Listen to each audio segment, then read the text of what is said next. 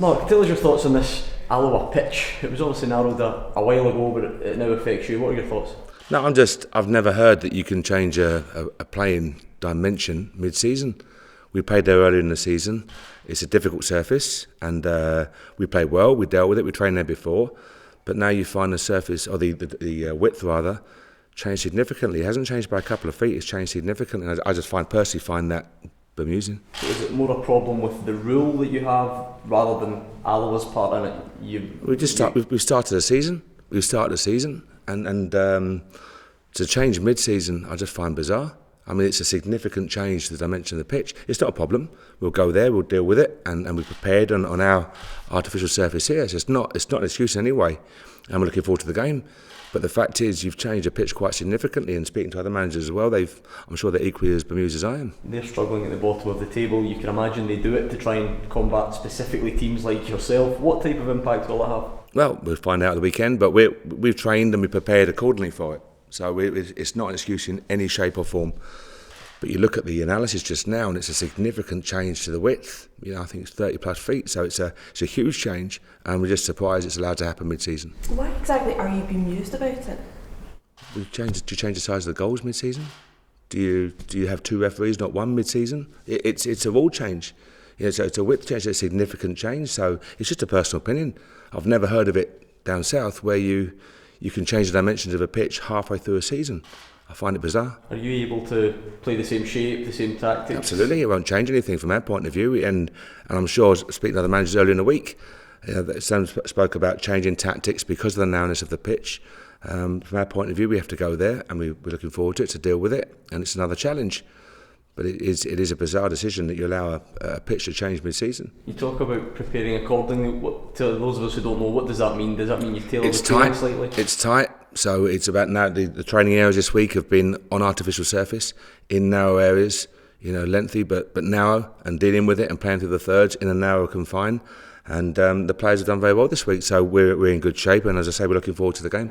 Would you prefer if the rule wasn't there at all, you couldn't change it mid-season, you could only do it at the start of the season, or would you prefer you just couldn't change it at all? I just understand the start of the season, absolutely. I'm sure many teams will alter dimensions by a certain amount. I understand that. But to do it mid-season is what I find so bizarre. How does it differ from if Rangers were to just draw a team that you hadn't normally played, say in the Cup? How does it differ? How is it not just like Alloa as a new team now to you? It's just to me, it's a change. Why do you change it mid-season? I think I absolutely understand in pre-season, at the start of a season, you put your specifications down and you go from there. I understand that fully. But I just find it bizarre. That's all I'm saying is I find it bizarre that you can change it quite so significantly mid-season. You've also had the Morton game shifted back a day. Is there any frustration on your part around that? No, I understand why. There's a reason for it. So an issue that they want to make sure there's no issue, or no problems rather. So it's happened. There's no problem at all for us. Perhaps an issue that could have been spotted before yesterday. Maybe, but is it? Obviously, you never want supporters in any way put out. But I understand why it's had to happen, and there's reasons behind it, and that's the outcome. So we have to deal with that. Are we likely to see the likes of Michael Halloran and Billy King with them being cup tied midweek? Likely to see them more at the weekend? We'll use our squad. Coming now, we've got the Saturday, Tuesday and the following Sunday, so we use our squad absolutely, but it's about using it in the right way and making sure players get suitable game time and hopefully get the right result. Back to that pitch, I know it's a debate we've had a lot of times, but I noticed the PFA have now come out yesterday and expressed some concerns about artificial surfaces, looking for answers. Generally, what's your thoughts on that debate? I thought the comments were very sensible by the PFA. I thought that you don't have enough evidence as to the long-term impact on players in terms of their joints and injuries. Of course, you get the superficial ones. Our players come off the games and they cuts, and we had Rob Keane and Danny Wilson missing 2 or 3 days training because of the deep cuts and lacerations to their legs. But they're short-term, but it's a long-term impact of the wear and tear for players who are training daily on the artificial surfaces and then playing the competitive games. And I understand the financial implications. I get that fully. But we have to look at the wear and tear, and to promote more artificial surfaces, I think, is a wrong move, personally. The response from the Hamilton chairman was that their surface has to be tested in a way that grass surfaces don't. Is that fair as well? Do you think that perhaps there are poor grass surfaces, let's say, that get away with it? Of course, you can see in inclement weather, and you have difficult conditions for groundsmen to maintain grass surfaces. But I think also people have spoken about the inconsistency of the artificial surfaces. So we're going to play on 3 in the next 3 games, 3 completely different surfaces. all artificial, described as artificial, but all very different. So I'm sure the consistency is one issue, and then the long-term impact is a second issue. Obviously, Alloa, first and foremost, one game at a time and all that. I take it you can't afford to let your mind wander to Kilmarnock and the chance to get through? Absolutely not. We want to progress in every competition that we play in, but our focus has to be Saturday.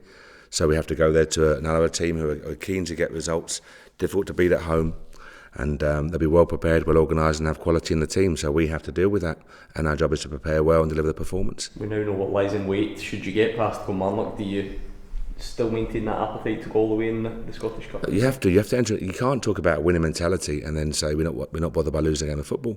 We want to win every game of football that we play. I'm sure every team in the league has the same ambition. So we'll prepare for Saturday. Hopefully get the 3 points. Fingers crossed if all goes well. And then all focus will go on to Tuesday evening. Did you watch the Scottish Cup draw? I did. Thoughts? Moving swiftly on. You've had 4 clean sheets in the last 4 games now. What's changed? We had some work. We spoke about. We have to look at analysis-wise where the teams think we were vulnerable, and we had a spell where we dropped a couple of points where we were maybe too gung-ho in terms of teams getting bodies behind the ball, 8, 9, 10 behind the ball, and we pushed on the extra man and lost our shape. And a lot of our work we did as a group of players and staff outside was to tighten that up. And I think, touch wood, it's so far so good. Still a lot of work to be done, but defensively I think we looked solid and compact. Last couple of games very good against Kilmarnock last weekend. We moved well, we squeezed play well, we compacted space very well, so delighted with that. And as I say, we've had good results in front of goal as well, so far so good. Was that an area that you had concerns about, that you wanted to focus on? You have to look at where teams set up, or how teams set up, and how they hope to expose you. That's how football works. So we'll look at Alloa. What will Alloa do? Then we'll move to Kilmarnock. How did Kilmarnock look to break us down? We felt Kilmarnock would sit in, for example, and look to counter us.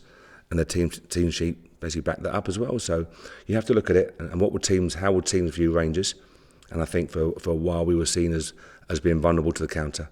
So hopefully we've quashed that now. You've praised Don Ball in recent weeks for the way he's slotted into that midfield role. Do you feel are the team more effective with him in there? Is that something you're going to continue with, or is it going to still be horses for courses? No, I think Dom's done exceptionally well for a young 20-year-old centre half on loan, to be asked to play in a big game at Falkirk, out of position in front of 47,000, and to play to that level. Fantastic achievement by Dom, and to show again in the next game the same level of consistency and defensive awareness and good use of the football and encouragement and the communication to his teammates, I think is outstanding.